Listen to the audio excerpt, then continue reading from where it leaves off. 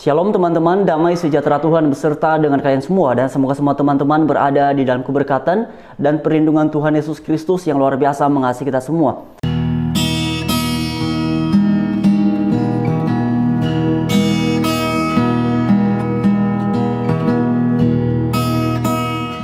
Nah teman-teman sekalian, tadi pagi saya mendapatkan informasi di Twitter tentang adanya pelarangan pendirian gereja teman-teman. Nah sebagaimana teman-teman bisa memperhatikan di screen, di sini yang ngepostnya itu adalah anak kolong, judulnya adalah stempel masjid, kemudian satu gereja, dikepung 14 stempel masjid dan satu stempel ketua LP2A atau Lembaga Pendidikan dan Pengamalan Agama Islam, Desa Gadingan, Kecamatan Mojolaban, Sukoharjo.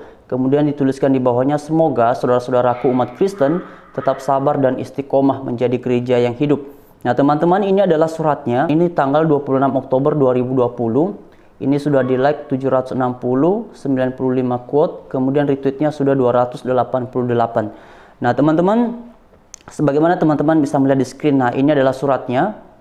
Mungkin kalau modelnya seperti ini bagi teman-teman kurang kelihatan ya, jadi saya coba cut ya, crop ya. Nah ini teman-teman, nah ini judulnya, ini sebagaimana teman-teman bisa melihat di screen, dan akan saya bacakan untuk teman-teman sekalian supaya teman-teman memperoleh informasi yang utuh. Dikatakan begini teman-teman. Pernyataan sikap dan dukungan takmir masjid sedesa Gadingan terhadap penolakan pendirian gereja di wilayah RT 04 RW 03 DK Jetis atau Jetis ini ya, Desa Gadingan, Kecamatan Mojolaban. Di bawahnya yang bertanda tangan di bawah ini, kami seluruh takmir masjid sedesa Gadingan memberikan dukungan kepada warga RT 04 RW 03 DK Jetis Desa Gadingan terhadap penolakan pendirian gereja di lingkungan RT 04 RW 03 DK Jetis Desa Gadingan sebagai berikut. Nah ini teman-temannya, dikatakan begini, kami seluruh takmir masjid sedesa Gadingan menyatakan sikap dan mendukung warga RT 04 RW 03 dalam rangka penolakan pendirian gereja di wilayah RT 04 RW 03 DK Jetis Desa Gadingan. Demikian pernyataan sikap dan dukungan kami seluruh takmir masjid sedesa Gadingan untuk digunakan sebagaimana mestinya. Nah teman-teman, ini adalah stempel-stempelnya, ini bentuk dukungannya ini. Nah teman-teman, bagi yang sedang bingung di mana itu Desa Gadingan, nah tadi saya coba searching dan ini ternyata masuk dalam wilayah Jawa Tengah teman-teman, atau Provinsi Jawa Tengah. Nah teman-teman, selain daripada itu, dalam bagian ini saya perlu memberitahukan kepada teman-teman sekalian, informasi ini saya masih cek apakah ini informasinya benar atau bagaimana. Tetapi yang pasti di sini sih menurut saya ini tulisannya jelas ya. Tapi yang perlu kita lakukan apakah ini benar ataupun tidak, saya masih mengeceknya teman-teman. Dan kalau ini informasinya benar, kita dukung saja dalam doa sebagaimana juga tadi sudah disampaikan di sini, yang akunnya itu namanya adalah anak kolong. Semoga saudara-saudaraku umat Kristen tetap sabar dan istiqomah menjadi gereja yang hidup.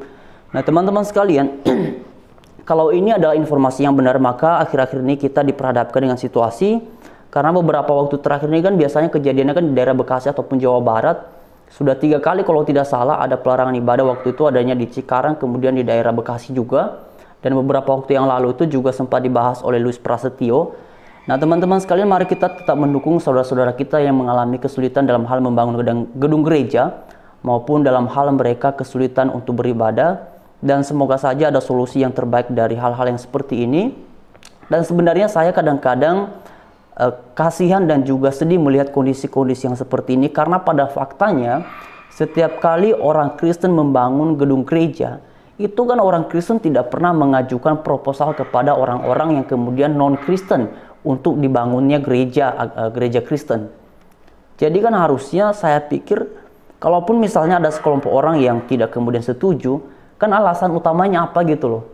Kan bisa dijelaskan kenapa, misalnya kalau misalnya uang yang dipakai untuk membangun gereja itu adalah uang dari mereka, maka sangat wajar bila mereka kemudian menyatakan ketidaksetujuannya. Tetapi pada faktanya kan setiap teman-teman atau saudara-saudara Kristen yang membangun gereja, itu kan mereka tidak minta sumbangan kepada orang. Mereka tidak minta atau tidak mengajukan proposal untuk dibantu oleh orang-orang yang non-Kristen.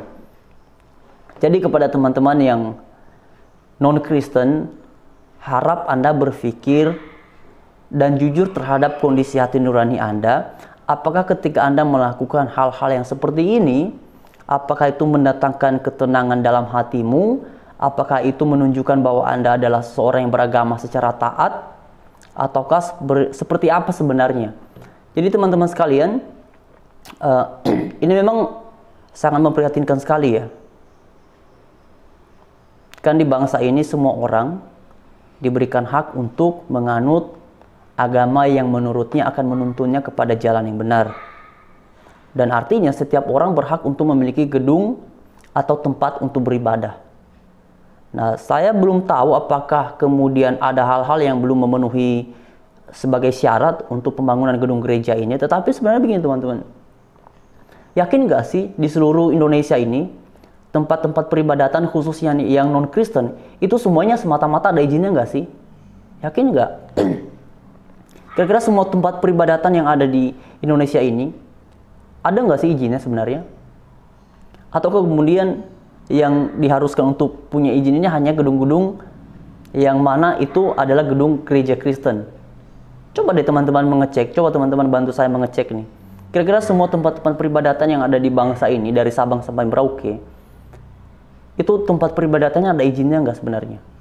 Ya. Dan kalau misalnya sebenarnya teman-teman, kalau misalnya diharuskan bahwa kalau untuk mendirikan gereja di daerah tertentu harus ada persetujuan dari sekelompok orang yang non-Kristen dengan sekian persen misalnya, ya bayangin saja teman-teman, kalau misalnya di satu wilayah itu mayoritasnya adalah non-Kristen dan kemudian kita mau bangun gereja dan kemudian syaratnya harus minta persetujuan dari mereka. Dengan jumlah mereka yang mayoritas, yang banyak, kalau kemudian mereka tidak memberikan persetujuan, tetap saja pada akhirnya gedung gereja itu tidak bisa dibangun. Dan yang menjadi pertanyaan pentingnya sebenarnya, apa sih susahnya, apa sih sulitnya kalau enjoy aja melihat gereja dibangun? Tuh kegiatan peribadatan di gereja ini kan hanya dilakukan sekali seminggu, ya kan? Dan juga kita tidak menggunakan alat pengeras suara sehingga kemudian orang lain bisa merasa terganggu. Kan di gereja itu kan, apalagi kalau misalnya di kota ataupun di kampung-kampung kan, ya hanya suaranya itu paling terdengar sedikit aja di luar. Jadi tolonglah, bila Anda ini adalah manusia-manusia yang beragama, apa sih susahnya dengan hal-hal seperti ini? Kecuali kalau uang Anda yang dipakai untuk membangun gedung gereja, ya maka Anda memiliki hak untuk mengatakan tidak boleh, ya kan? Tapi ini kan, ya teman-teman, pada akhirnya yang mau saya sampaikan kepada kita semua, ini nanti akan saya cek terus informasinya apakah ini valid atau bagaimana. Tetapi yang pasti bila ini benar, mari kita terus dukung dalam doa.